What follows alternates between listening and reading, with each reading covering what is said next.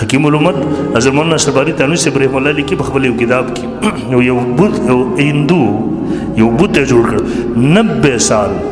لسکم سلو کالو پوری د دې عبادت کو یا صنم او یا صنم او یا صنم چې ورته وي اوس هو بت دې بدل څه جواب ورکړي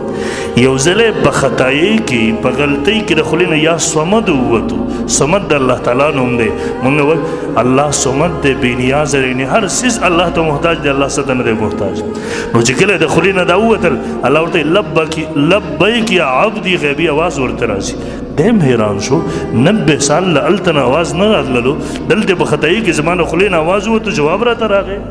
خپل هندوانو ته وي دا تاسو څه په قهر اخته شوي د مسلمانانو خدای ما د خلې نه په غلطۍ باندې راغی نو وموتو ما ته جواب راوکړو نو حکیم الامت لیکي د دې د خلې نه خو په غلطۍ سره د الله نوم وته الله طرف نه جواب میلاو